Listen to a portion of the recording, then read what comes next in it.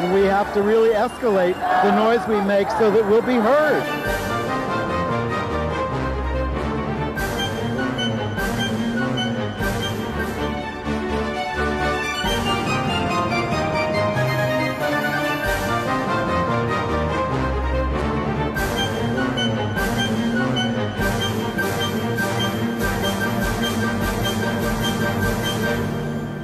Welcome to Gay USA. I'm Andy Hum. I'm Ann Northrup. And this week, same-sex marriages got underway in Kansas and South Carolina, so we are closing up shop. Yeah, let's think about that for a minute. Kansas and South Carolina. Okay, let that sink in. We'll get back to it. Michigan, however, is trying to unmarry 300 same-sex couples who got married under a lower court decision that the state is now calling erroneous. Transgender leader and leftist leader Leslie Feinberg, the author of Stone Butch Blues, has died at the age of 65. In Greensboro, North Carolina, Stephen White, who we told you about last week when he was viciously attacked, has died from that attack by a man he picked up in a gay bar.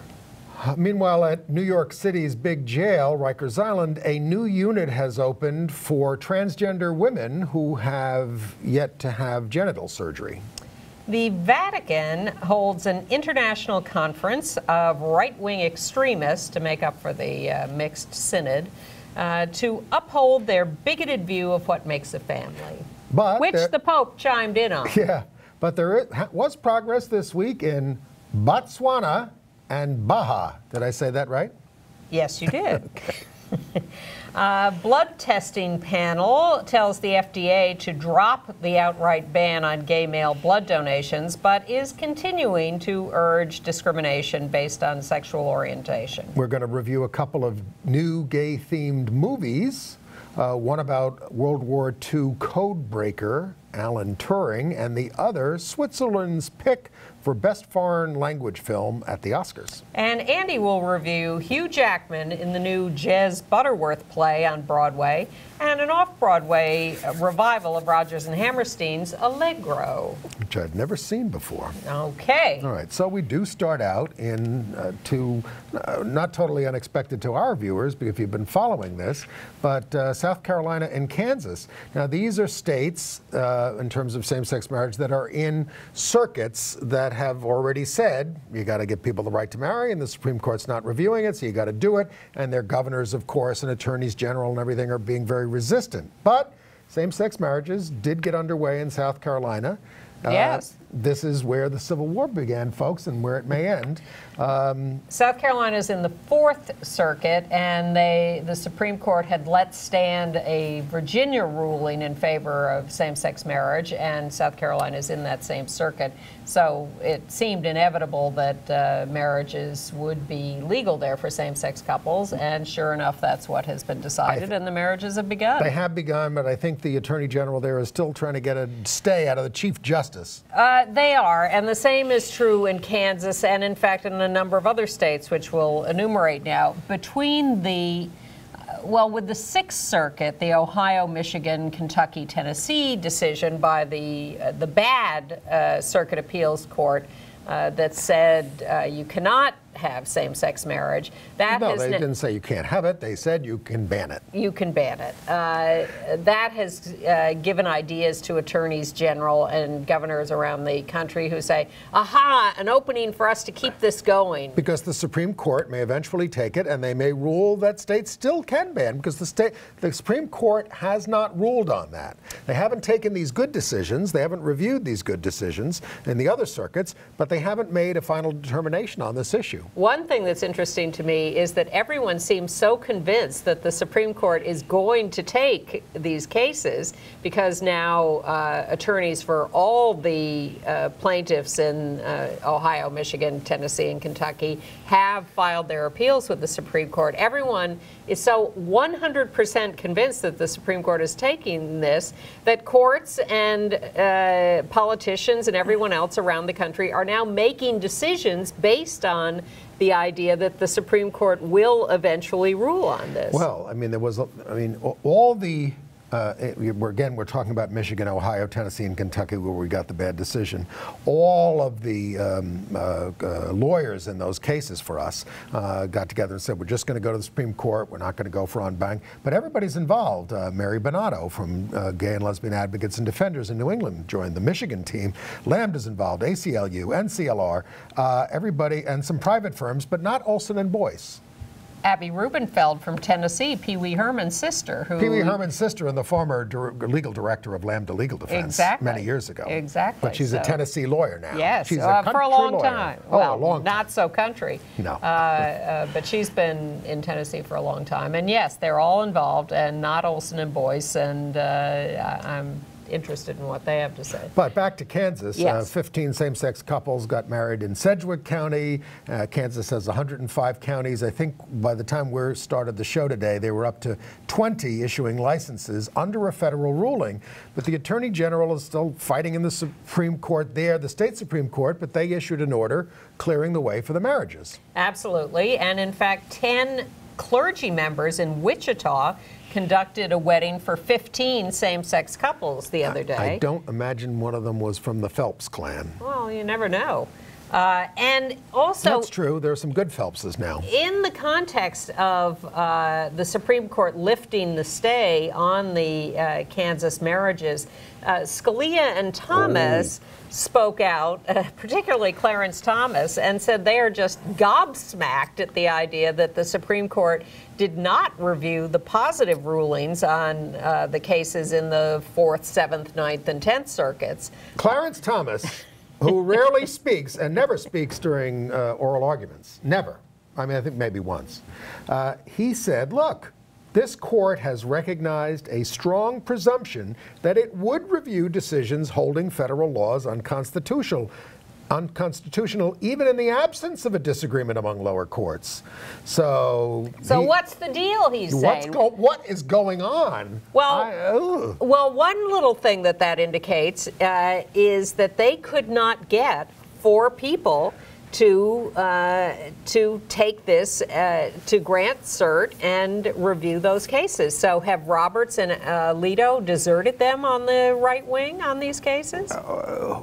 You never know the mind of the court until they retire and they write their books. Well, as Art Leonard said as a guest here last week, a law professor, that, clearly both the left and right wings on the Supreme Court are unsure of the Anthony Kennedy vote and therefore did not grant review on those cases. So, again, this whole marriage thing may still seem inevitable to people. It's not completely. And in Michigan, they're showing how mean they can be about this. They used the decision by the Sixth Circuit, which upheld their right to ban same-sex marriage, to say that the 300 couples who got married in Michigan when there was a brief opening under a court order there, a federal court order, were erroneously married and will not be recognized by the state. But the ACLU says that will be rejected just as it was in Utah. Well, also, I think they are not going to be allowed to unmarry those couples until there is a Supreme Court decision, because all of this is being appealed to the Supreme Court. And so they can't consider the Sixth Circuit decision a final decision. But I'm sure that they will attempt to withhold benefits until someone knocks them over the head and forces them to. Well, they're withholding benefits in Florida.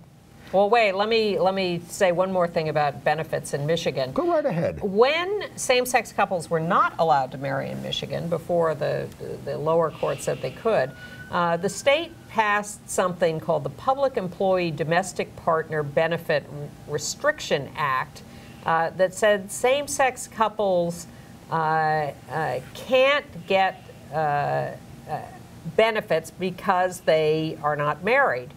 And a Michigan federal judge has now ruled that act violates the 14th Amendment, and that they should be allowed to get benefits because they can't get married. Yeah, but what are they supposed to do to protect the traditional family? Well, and what's left to them? Well, what's left of them is allowing Charles Manson and his 26-year-old girlfriend to marry.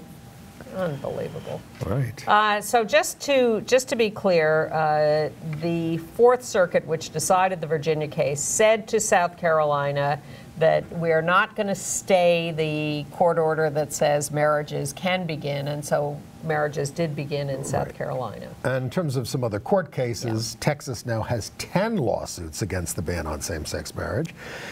There were oral arguments in Mississippi last week with Robbie Kaplan arguing for same-sex couples. She won the Windsor-Doma case at the Supreme Court. But Governor Phil Bryant there, who has a gay son whose rights he does not support, is ready to appeal any order to open marriage to gay couples. And then State Representative Alice Clark down there did an ad for a same-sex marriage because she apparently has a gay child. And they're saying the decision in the Mississippi case could come down any moment. May have happened before you see this. Right.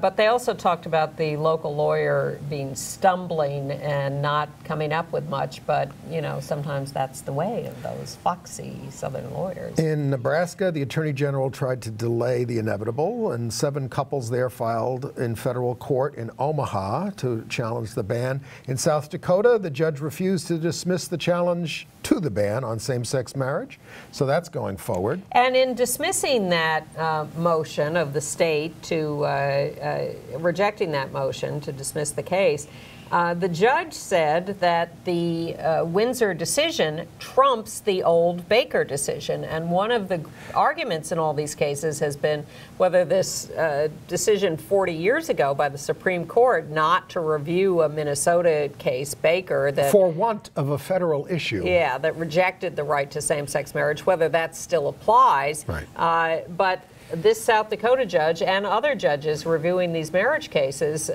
say, look, they may not have overruled it specifically, but everything they said in the Windsor case overrules Baker, and you would be naive to think that they're not considering that overruled. Yes, said Judge Karen Schreier down there. Haven't you read Scalia's dissent in Windsor? And then there is Florida. I'll get back to that. Sure. A gay couple there used their marriage license, they'd gotten married elsewhere, to change their names on their driver's licenses. And they were sent a letter by Brevard County that both are in danger of losing their licenses. Their driver's licenses. Yeah. They don't have a marriage license as far as Florida's concerned. Yeah, and for applying for a name change on their driver's license, they're in danger of losing the licenses completely because what? It's considered fraud. Yeah, I'd love to see the outcome of that case. I hope the state has to pay them some damages. Well, why are you being so mean? Exactly. Well, here are Governor Snyder. Here are another. Snyder, not Snyder. That's come on, the guy who just got reelected. Rick Scott. Rick Scott. Yeah. Snyder is Michigan. Yeah. He's mean too. Well, here's another strange footnote. Arizona is still fighting the Ninth Circuit's decision to legalize same-sex marriage. So now the Attorney General has gone to court to lodge yet another appeal of this decision based on the Sixth Circuit decision or whatever they're phoning up about the Ninth Circuit. But he's told the plaintiffs, the same-sex couples, it's not that I think we're going to stop marriage or anything. It's just that we're trying to avoid paying the legal fees of your side. But you know how he wants to avoid paying the legal fees? By winning the case and getting the Supreme Court to outlaw same-sex marriage. Good luck with that. You're a little disingenuous in your argument, sir. Well, speaking of arguments, Mark Solomon, who works for Freedom to Marry and has been involved in this issue on the ground with, in Massachusetts, in California, for many, many years. Yep. He made a presentation this week, and he said, he has a new book out. Yeah, we've talked about this. But he says, we started winning when we changed the message from rights and benefits, that's what we want, to that what we want is love and commitment. He said that was the radical thing that seemed to turn the tide. Well, I'm saying it, and I'm just reminding people how we got here. Okay. More interestingly, he says that Freedom to Marry will shut its doors and go out of business once same-sex marriage is legalized nationally by the Supreme Court.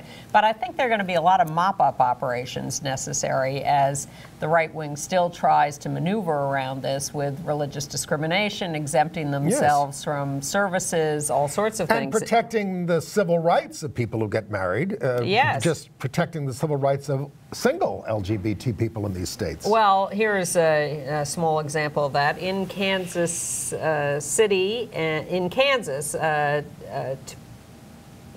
maybe Kansas City and Topeka, private, religious, unfunded by any government group, homeless shelters are debating whether to allow legally married same-sex couples to stay together in their shelters. There was one run by evangelicals, and they said, we don't believe in this, and we're not going to serve them. But I was encouraged reading that story to read from other Christian groups and even the Catholic Church saying we accept people as they are because they come from all faiths. We don't demand that they embrace our faith. Right. Well, this isn't guys and dolls.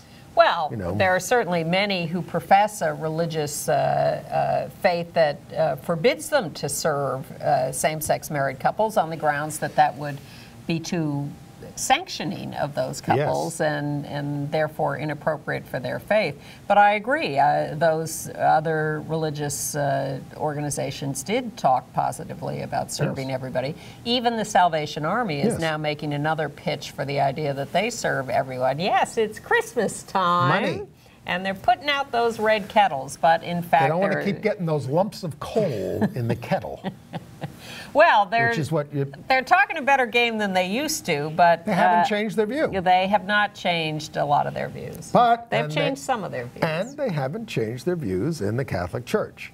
So Cardinal Raymond Burke, we've shown you his picture a couple of times. This is the guy who was the #2 in the Vatican, and he got demoted for being so obstreperous about some of this stuff. He was #2? He was the head of the. He was considered the #2 because he headed the Judicial Commission or something, and they described him as the #2. Okay. He's number nothing now. Anyway, he says he would deny communion to any. He's American based. He said he would deny communion to any politician who voted for same-sex marriage. He had previously claimed that homophobia is, quote, simply announcing the truth, helping people to discriminate right from wrong. What's wrong with that? Well, he's been demoted. So then the Pope invited all these hate mongers from around the world. It was quite an ecumenical feast, and there were no gay positive people there. No, it was people like Rick Warren and Tony the Southern Baptist Convention. And these horrible like people. Yeah. To this conference on the now they didn't say complementarity. It says complementary of man and woman. It was a make-good for the Synod. It was to appease the right wing after the Synod had been a small attempt to be a little more progressive. So this Holy Father that gets all this good press said that marriage is in crisis, and he said a degradation of morals is causing the devastation. How about looking at your own degradation of reality and your degradation of human rights causing devastation?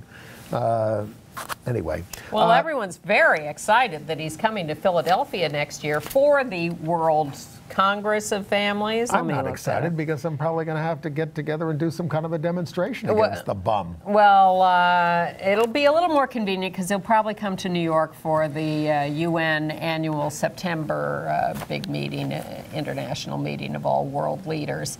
But more interestingly, all of this is going to happen right before part 2 of the Synod, which is supposed to follow up on the discussions and recommendations on how they're going to treat family matters, whether it's same-sex marriage or gay people or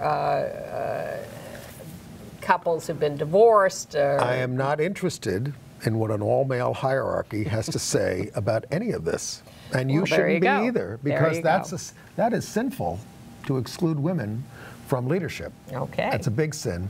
But if there's any silver lining in all the progress we've been making this year, it's that the National Organization for Marriage, our nemesis, their funding was down 50% in the last year, and half of that is only coming from 2 anonymous donors. If you happen to know who they are, send me an email at andyhum@aol.com. If you'd like to be on our email list for weekly program previews, you can write to that same address, or if you want to remonstrate with us about anything. Oh, please, feel free. And, you know, Fred Karger's been trying for years to get the names of those donors. And he's very assiduous about it. He's won a lot of Human Rights Commission and court cases that have ordered NOM to reveal their donors, and they just refuse, and they just kick and scream and fight back. All right.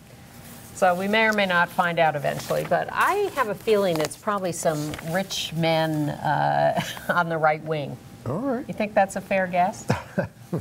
You never know. Okay. They probably are very rich, Okay. although there is the widow's mite and everything. All right. Well, seriously, this week is the observance of the Transgender Day of Remembrance, and we particularly remember this week Leslie Feinberg, who has just died at the age of 65. We have a picture of her there. That's the Stone Butch Blues, which was her novel, which was very successful and sort of iconic.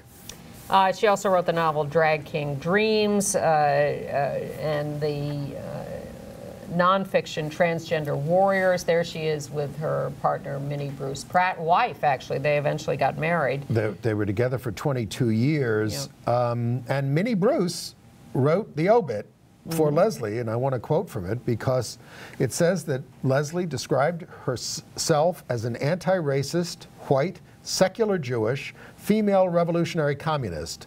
Now, you know, she had decades of illness from tick-borne diseases, including Lyme. She advanced a Marxist concept of transgender liberation. Very, you know, came out of the working class.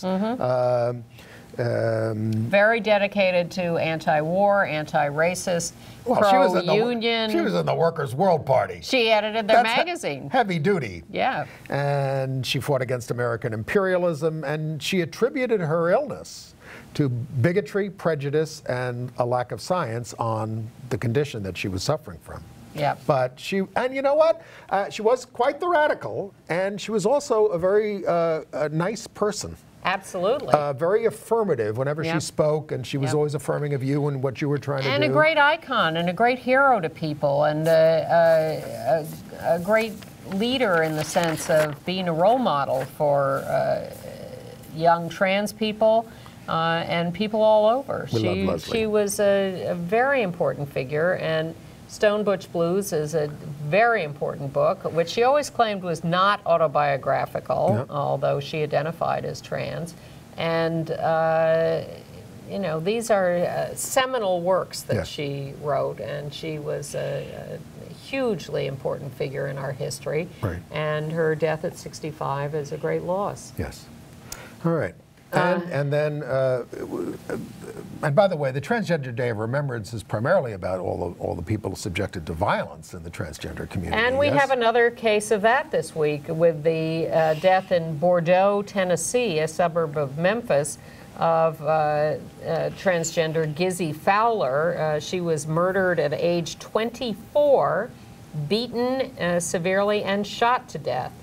On the positive side for transgender folks, the Rikers Island Jail, 11,400 inmates. This is where you get put when you're in detention. They do lock people up for a year sometimes there, who get small, you know, under a year sentences, right? But they have mostly awaiting trial. So this unit is for transgender women who have not had genital surgery, because up till now they have been with the state law requires you are assigned by your genitals. By your genitals. That's it, not by your gender.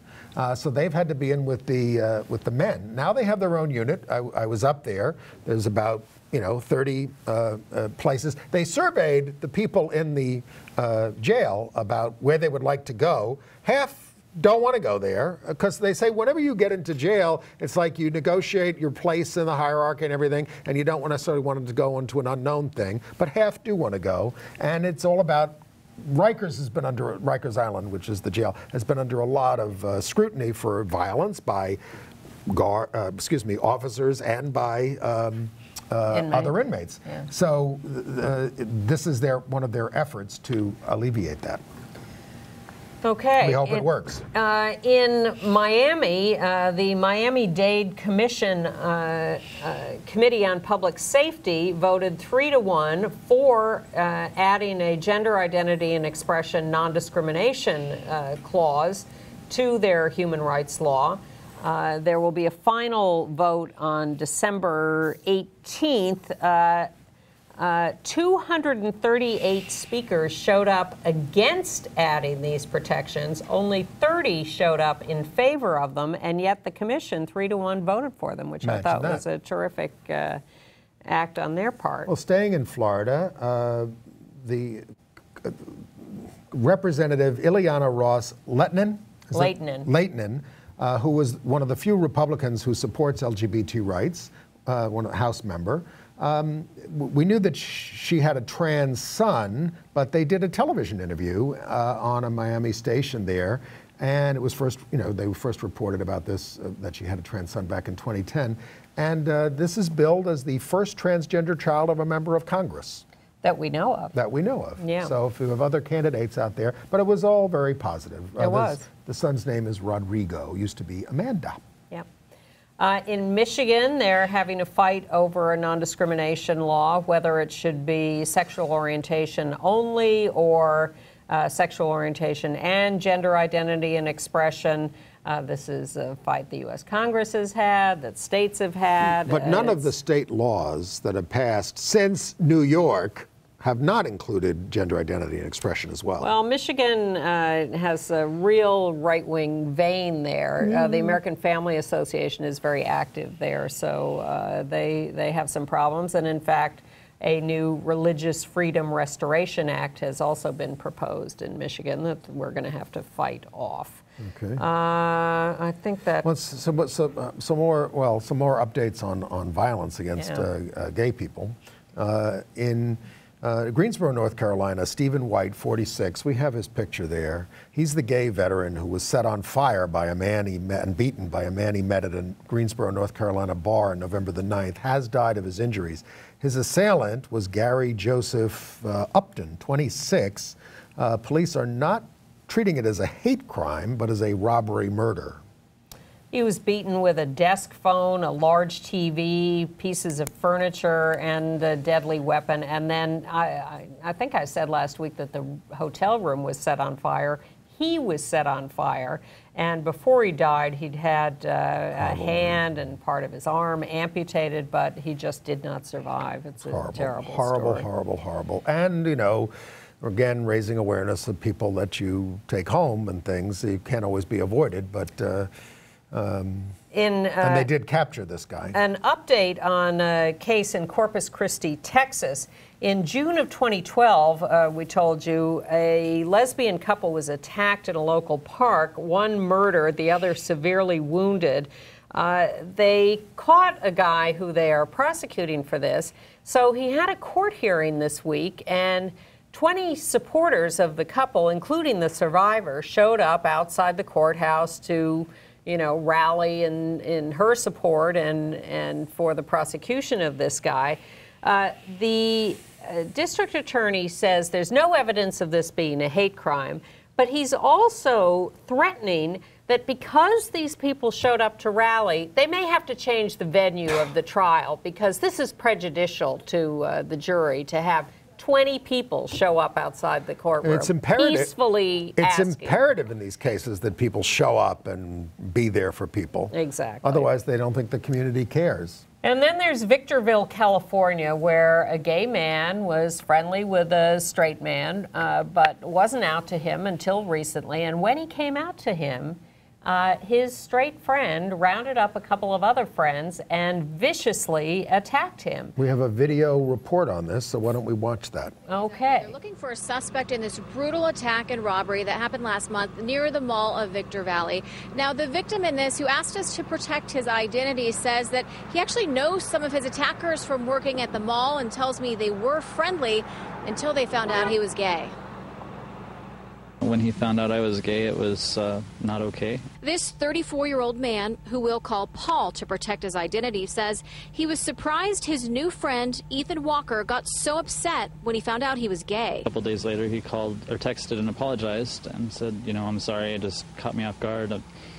It's no big deal. Paul says he agreed to meet Ethan the next day after he stopped by the mall to get his work schedule for the week, but he never made it there. He and a few other people met me in the wash, and it was an attack. He says he was knocked out by a bottle of vodka in this wash next to the mall. I was stabbed in the leg, struck with 2x4s. My face was shoved into rocks. Paul says Ethan and several others were yelling gay slurs at him during this vicious attack. They'll show me, teach me not to be gay.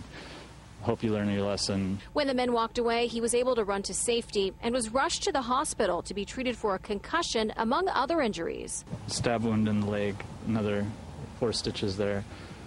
They had to pull like 70 pieces of glass out of my head before they were able to stitch it up. So, and I had, from where they were hitting me at the 2x4 in the back, several bruises on the back across my ribs. The attackers broke his glasses, took his cell phone and wallet, including $250 in cash. A 22-year-old and 17-year-old have already been arrested for the attack, but detectives are still looking for this man, 23-year-old Ethan Walker. Paul says he won't let this get the best of him, but he is still struggling to understand this kind of hate. It's all about love, and who I love is my business, who you love is your business. What does it matter? Now, anyone with information on Ethan Walker's whereabouts is asked to call the Victorville Sheriff's Station, and you can remain anonymous. Back to you. I lost a few friends when I came out, but I'm glad they just walked away. Didn't lure me in to get beaten, and now 3 young men are going to be prosecuted for this crime. Yeah, terrible. Homophobia. Also sad, a prominent Florida blogger, gay blogger, Mark Haynes, 54 years old, was killed in an accident. He was taking part in an AIDS ride that was going down through the Florida Keys. They'd finished the first leg, they had a dinner, and then he wanted to go back to his hotel, thought he couldn't get a ride, and was walking down the highway, hit by a pickup truck and several cars. He used to live up here, but moved down there and lived in Fort Lauderdale and did something called Mark's List as a blogger that was a very popular blog. We're sorry to hear of his death. And we also should note the death of Jane Byrne. Oh, yes. Former mayor of Chicago. She was a mixed bag, but... Well, 81 years old. She was the first to show support for the LGBT community. She issued an executive order banning discrimination based on sexual orientation. She supported the gay rights bill there. She was mayor from 1979 to 1983. Right. But she condemned police raids on gay bars. She rode in pride parades after she was defeated for re-election by Harold Washington. Yeah. But she was the first woman mayor, and we still haven't had one in New York. Yeah. The first woman mayor in Chicago, of course. Little controversy in Houston. They have a lesbian mayor. Yeah. Nonetheless, the Pride Houston Committee went ahead and scheduled the next year's Pride Parade on the date of what is celebrated by the African American community as Juneteenth, a traditional festival that marks the end of slavery. And at first, when asked to change the date, the Pride Committee said, "Oh, no, we must do it then. We have other reasons." And people said, "Are you out of your mind?" And they finally agreed that this was not a good idea, and they changed it back. Yeah. Nice to read that the Hobby Lobby decision got trimmed a little bit by a federal appeals court in D.C. Judge Nina Pillard, in the case of Priests for Life versus HHS, said it was not burdensome for that outfit, for an outfit that didn't want to cover birth control, to fill out a form notifying the government that their insurance and their insurance provider, so that the insurer could contract separately for the coverage. Opting out of doing this, she said, is not a substantial burden on religious liberty. So we hope that holds up. Yeah, we do.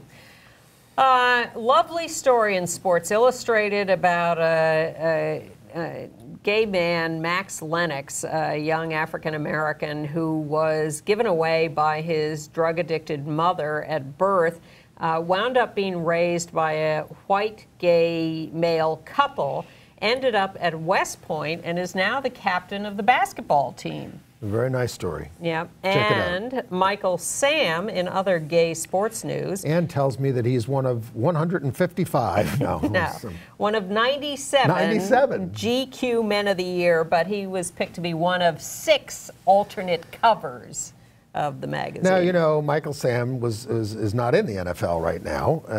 He was not picked up. But, you know, the rap on him was that he was a distraction. You know, it would be a distraction to the team. But the distraction. No, the rap on him was that he was too small and too slow. Just come on. He was his record, we talked about this, his record yes, we have. as a player. Evidently, we will continue to. Better. But the real distractions are coming from heterosexual abusers of wives, girlfriends, and children. Yes. And the Times did a big story about how this has been covered up and kept in the family for many years. But someone who did make it into the big leagues was Jason Collins, who he's gay.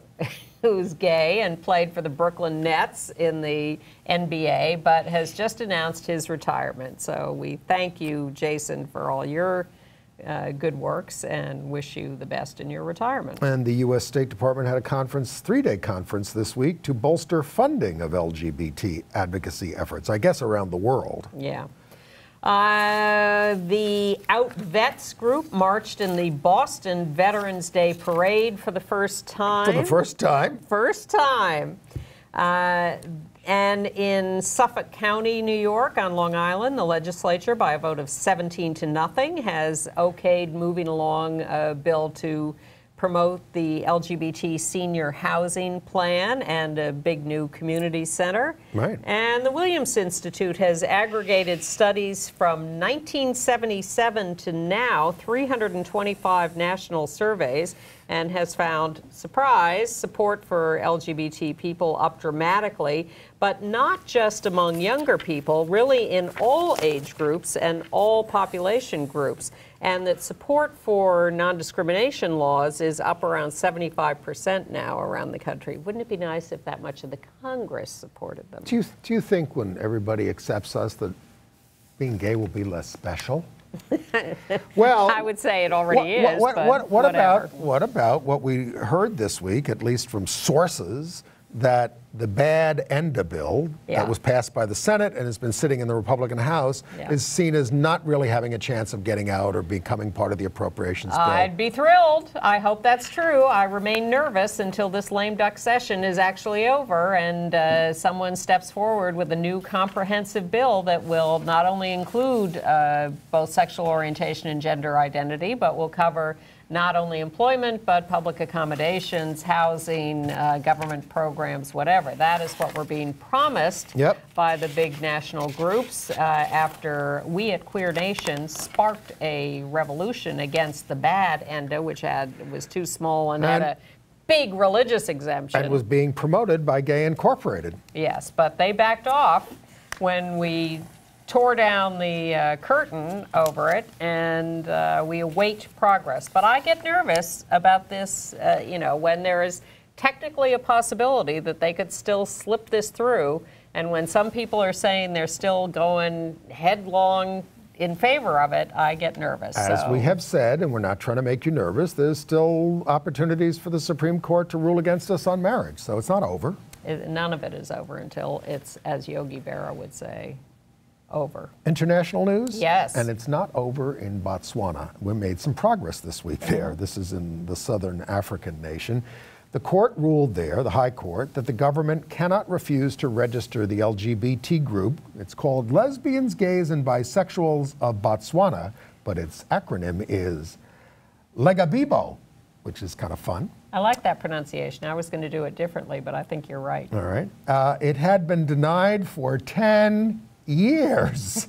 The country still has an anti-sodomy law, but we had them until 2003, folks, here in the United States in 13 states. So, well, in Mozambique, the government has for 7 years refused to register the LGBT group there, Lambda Mozambique.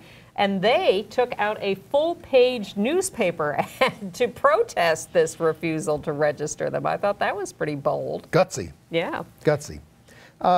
It's not exactly gutsy for Colin Farrell to speak out on our issues, the actor. We have a picture of him there. But he wrote an open letter to Ireland's Sunday World magazine pleading for marriage equality on behalf of his gay brother, Eamon.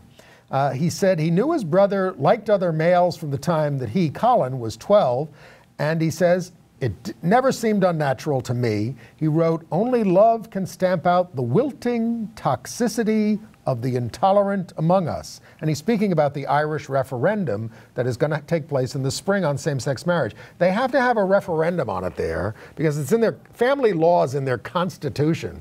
It seems like a lot of trouble, but that's what they have to do to have same-sex marriage there. They got to get the people of the country to vote on it.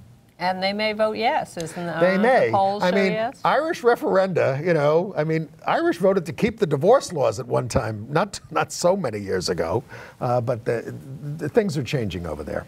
Well, yeah, we're favored by like 75% of the people are so sick of the Catholic Church over there because the Catholic Church lied to them, you know, to try to keep them in line all those years, and they were screwing around themselves and with the kids. being horrible. Yeah. And with women, the priests with women, and having bishops having children, and this really just broke the spell.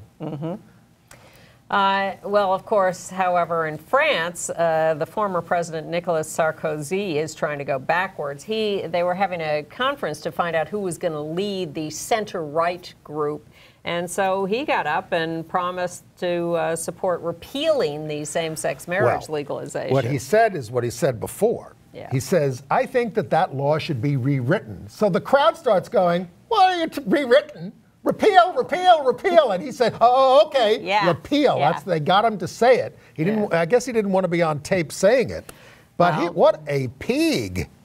Yes. I mean, because how many times has this guy been married, and to whom? Yeah, exactly. My goodness. All right. And you know, he came into office promising civil partnerships. Yeah, well, that's not marriage. Well, anyway. He seems to sway with the wind. Better news from Baja California, Mexico, where several same-sex marriages were performed in several cities. So they have this strange thing in Mexico where state by state you reach some critical mass of marriages, and then it becomes then it becomes legal for the state. And but it's not quite done in Mexico, but they're making progress inch by inch, as we are in this country. This is the state of Mexicali, and the governor of the state is okay with same-sex marriage. And the Mexico City legislature has okayed a bill allowing transgender people to change the gender on their birth certificates without a medical certificate or a court order. They can just say, "This is who I am," and do it. Just don't try it if you visit Florida. Yeah. Anyway, there was a report this week from Eaglehurst, the International Gay and Lesbian Human Rights Commission, that ISIS, they're warned about ISIS. They said they're warning that LGBT Iraqis in ISIS-controlled areas are at imminent risk of death. But things were pretty bad beforehand. They were bad beforehand, and they're bad for everyone under ISIS. ISIS is killing everybody. I mean in Iraq. I understand. Before ISIS got involved. I'm saying they were bad for LGBT people all along. And under ISIS, everybody is in imminent danger of death. But they had some pretty horrible stories of kids being beheaded because they looked gay.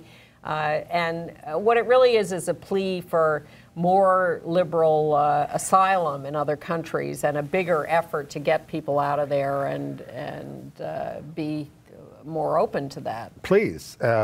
Speaking of asylum, that Russian same-gender couple that got married because one of them had a male passport, they are seeking asylum in the United States of America.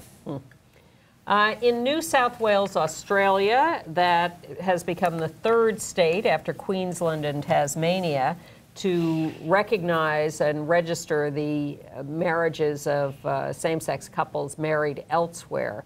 Whether they'll get any benefits or just be on a register somewhere, we're not sure. But again, inching forward. In Bangladesh, in Dhaka, Bangladesh, they held their first Pride Parade led by 1,000 hijras, the trans, or officially a third gender in Bangladesh and some other parts of Southeast Asia. South Asia. First, thank you, South Asia. First Pride in Bangladesh. They held a big Pride parade in Hong Kong, and a couple of the leaders of the democracy protests showed up and spoke up very forcefully for LGBT rights being part of the program of freedom that they are promoting. And 60,000 people showed up to march for Pride in Santiago, Chile, and demanded family rights there. Chile, fairly conservative country. Yeah, I just watched the movie No about the referendum to throw Pinochet out of office after and return to democracy in Chile. It was quite interesting and moving. We're the ones who installed Pinochet, yes, Pinochet, thanks to Henry Kissinger. And killed and helped assassinate Salvatore Allende. Yeah. Did I say that right? Allende. Allende. And there was a big Pride Parade in Buenos Aires, Argentina, though the mayor refused to send out any protective forces for the parade. And I didn't mean that Ann and I killed him. I meant that Henry Kissinger the and the United States did. Did you ever see the documentary, The Trials of Henry Kissinger? I think I Devastating. did. I think I did years ago. It's a while ago. Really. Well, he can't travel to certain countries because he is a war criminal. He is, and he's under indictment, I think, in those countries. Yeah. There in San Jose, Costa Rica, there was a protest at a local restaurant after a lesbian couple was ejected from the restaurant for kissing publicly. It was quite a dust-up. Yes, there was. And you mentioned the referendum coming up in Ireland. There's also a great local story there where there was a bull, Benji, who was discovered to be gay and wasn't interested in copulating with young female heifers, and so they were going to kill him. So the creator of The Simpsons, Sam Simon, who's an animal rights guy, contributed the money to take Benji and put him out to pasture for the rest of his life and save his life. They can call him... Save the gay bull. They can call him, yes, call him Benji Gable from now on. The IOC president, Bach, now wants the International Olympic Committee, for those of you not in the know. Translator. Wants sexual orientation explicitly added to Principle 6, their non-discrimination clause. What they've been saying ever since we got mad at them this year over Sochi and the lack of any non-discrimination protections in Russia, where they have they still have the no gay promotion law. They said, well, you know, when we say no discrimination for anyone, and that covers it, and we say, the hell with you. And so now they're talking about adding sexual orientation specifically. They're having a meeting in Monaco on December 8th, and they'll take that up. I remember going into seeing a New York City councilman who was resistant on gay rights in the 70s, and he said, we meet with him, and he pulls a paper. He says, I just want you to understand, I looked it up. You're already covered in the Constitution. I said, really? Wow, how did I miss that? I must not be watching Gay USA. I don't think we weren't around in those days. Yeah. All right. Anyway. In Iran, an AIDS official put out a report, 28,000 cases of AIDS that they're acknowledging in Iran. 5,000 have died, 10% of those gay. 50,000 undiagnosed. These may be undercounts, but that's an official report they put out. In other AIDS news, the big news this week was that the FDA, Federal Drug Administration, policy of banning gay male blood donations, if you've had sex with another man since 1977 only, was challenged by the, quote, U.S. Advisory Committee on Blood and Tissue Safety. They voted 16-2. that it should only be a one-year ban if a man has had sex with a man. But LGBT advocates are saying that's nominally better, but they want sexual orientation out of the policy. It's got to be always based on behavior.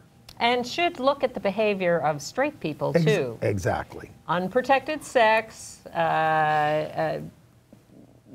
injection drug use, or unclean needles, potentially. And you might try testing people rather than just banning people on their identity. Right. Yeah. So it's still obnoxious, and the FDA hasn't even agreed to this. The Red Cross, by the way, has always been a big supporter of dropping the ban, and or certainly in recent years. And have you have your World AIDS Day plans in New York? We're going to have it on December 1st, always. There's going to be a big morning rally at the Apollo Theater, a kickoff to End AIDS New York 2020 campaign. Who do they think is going to come to the Apollo Theater at 10 o'clock in the morning? Believe me. And Officials of AIDS organizations? Well, the mayor's supposed to be there. Okay. But the Housing Works is very good at getting their clients down there to these things. Up there, down there, depends on where you're coming from. Okay. Entertainment news. Disney's producing an animated gay film. Yeah. Princes. Yeah. Yeah. They fall in love. They get married. It's coming out in a year. Well, it's fall 2015 release. As a lot of Disney is run by gay people these days. That's true. There were stories about Walt himself, but and I have to. I don't know if this is a mea culpa. I wasn't enthusiastic about it to begin with, but I saw an episode of Logo's The Straight Out Report, which I thought was going to be a news program with a straight and gay co-host. Well, it's a review of the week in pop culture, and it may be the worst television program I've ever seen. Oh my goodness. You do not have to watch that. That's saying a lot. Anne has suffered through a lot. I have. But I did not suffer through The Imitation Game. This is the new movie about Alan Turing, the World War II codebreaker who was gay. Why don't we show you the trailer first, starring Benedict Cumberbatch, if we have it. What did you do during the war? I worked in a radio factory. What did you really do during the war? Welcome to Enigma. I'm designing a machine to break every German message instantly. It's impossible. Let me try, and we'll know for sure. What is it that we're doing? We're going to break an unbreakable Nazi code and win the war. Oh.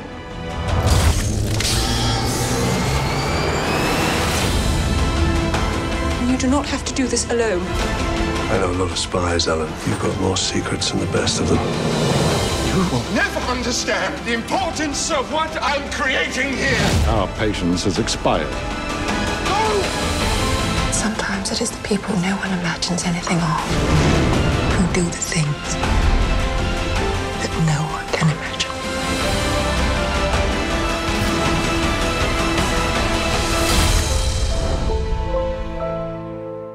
Opens November 28th. Benedict Cumberbatch is terrific at this. He really holds nothing back because the character he's playing, the Turing, is not entirely sympathetic. I mean, he's the smartest guy in the room, and he knows it, and so he doesn't get along with other people very well.